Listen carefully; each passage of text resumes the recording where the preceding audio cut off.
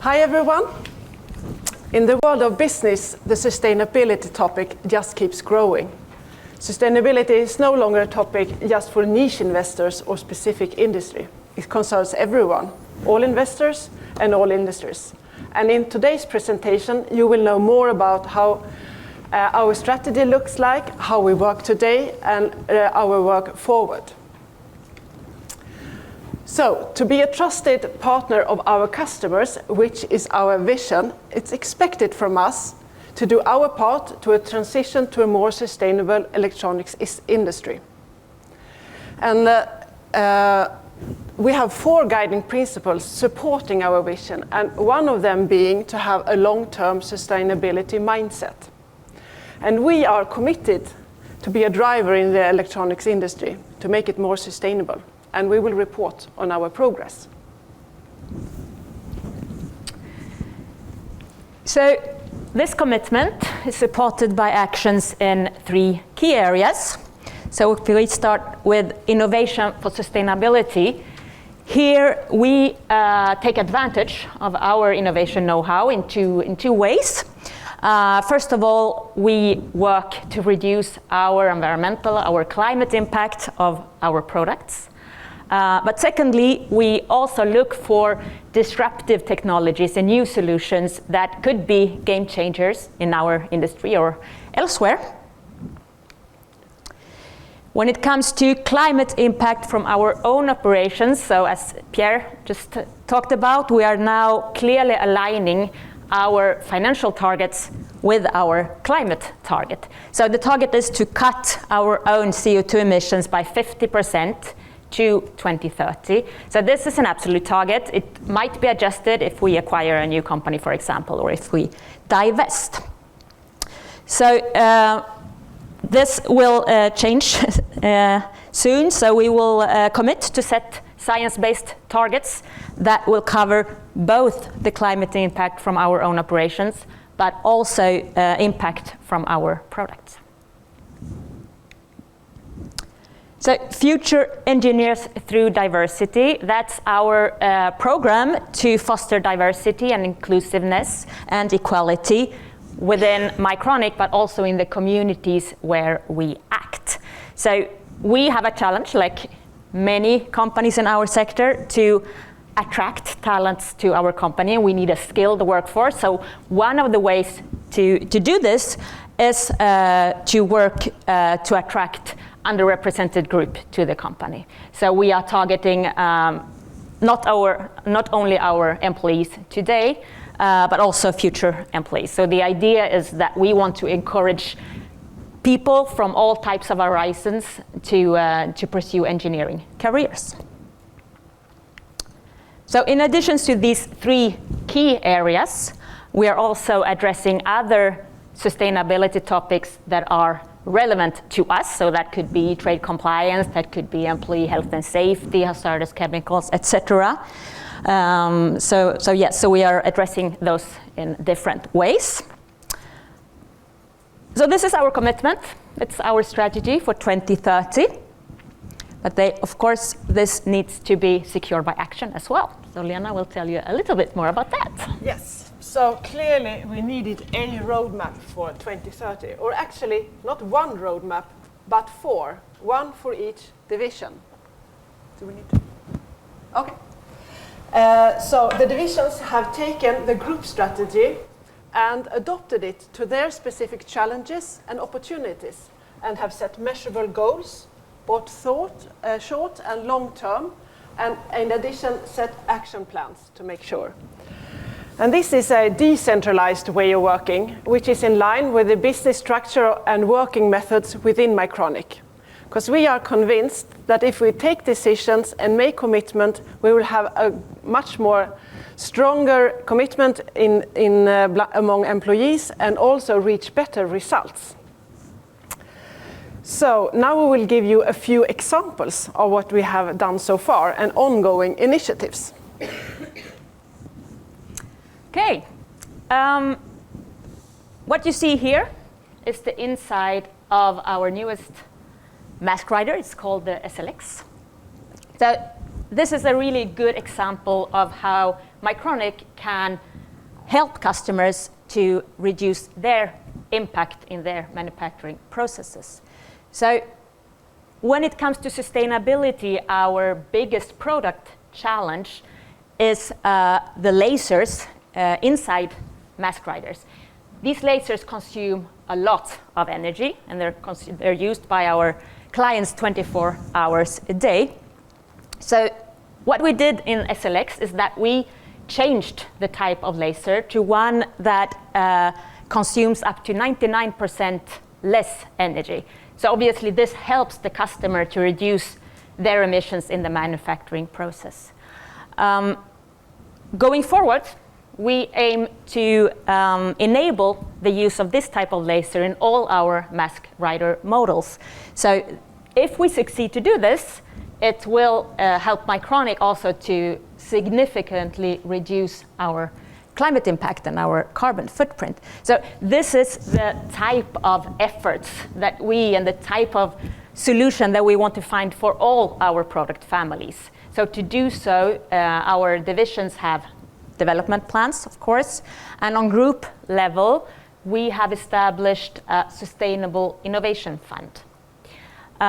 This fund is dedicated to finance projects that advance sustainability within Mycronic, but also outside. So the next initiative is how we reduce impact from facilities and transport. So on the picture here, you can see the building where we are today.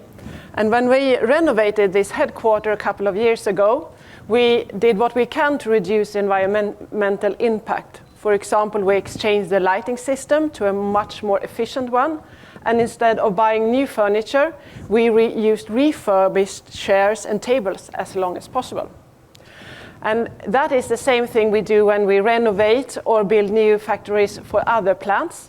So for example, a couple of years ago, when we consolidated our US business from 3 units into 1 unit, we put a lot of environmental requirements on that one. And for next year, ATG L&M planned to build a new manufacturing site in Germany. And that building is planned to have 60% less energy consumption compared to a standard building. So we are in a good way when it comes to facilities. When it comes to transports, we still have some quite work to do, and we are evaluating different options, what could suit us the best. So we have, for example, tried to transport goods from China to Sweden by train, and more of our products are being transported by sea. But here we have more things to come, I would say. Yes. No, that was not the correct one. This is the correct one. Okay. The woman you see here is an engineer working for the high volume division in Shenzhen in China. All our divisions have action plans to attract and retain women to the company. So if we take this high volume division as an example, they have a dedicated fund to improve female benefits at the company, at the division. They provide trainings on unconscious biases to employees, and they also visit job fairs targeting women, and especially in China, to motivate them to look for jobs at Mycronic. Clearly, in our industry, the gender balance is, well, we're far from 50-50, let's say. So we have quite some work to do in Mycronic and in the industry as a whole. We're working on it. So for example, well, one of the next steps is to create an internal network for women at the company. We also reach out to other underrepresented groups. So it could be, for example, well, immigrants, for example, students from different horizons and so on. And we are doing so through different initiatives. For example, here in Sweden, we are part of an initiative where we provide internships to newly arrived immigrants. And so far, it has been a really good experience for us and for them, because all of them have found a qualified job after the internship, either at Mycronic or at another company. Yes, so finally, under the responsible business umbrella, we address topics such as anti-corruption, anti-competitive behaviors, supply chain and trade compliance. And within all these areas, we have policies in place, supported by guidelines and regular assessments. So supply chain challenges, including sourcing of conflict minerals, are addressed through our suppliers' code of conduct. And relevant suppliers needs to sign that. And in addition to that, we also assess and audit suppliers on a risk-based approach. And we are also working on improving this area further. So these were a few examples of what we have done so far and what is ongoing right now. So let's look into the future. Kristina. We got a good movement here. Yes. Between us, right? Okay, so I will now talk about sustainability trends impacting the electronics sector. First of all, we see a very rapid regulatory evolution, which will impact listed companies. You have all probably heard of those.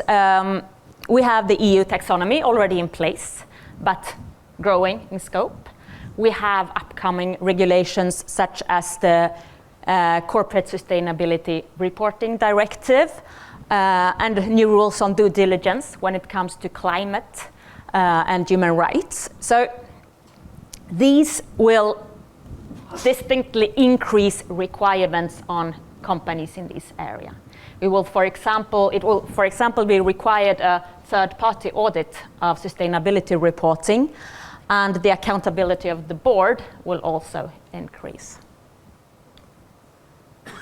So the volumes of electronics in the world is growing, and we also, our lives, daily lives, are also more and more connected. So with this comes challenges for the industry. So it's not new challenges, but they are clearly growing.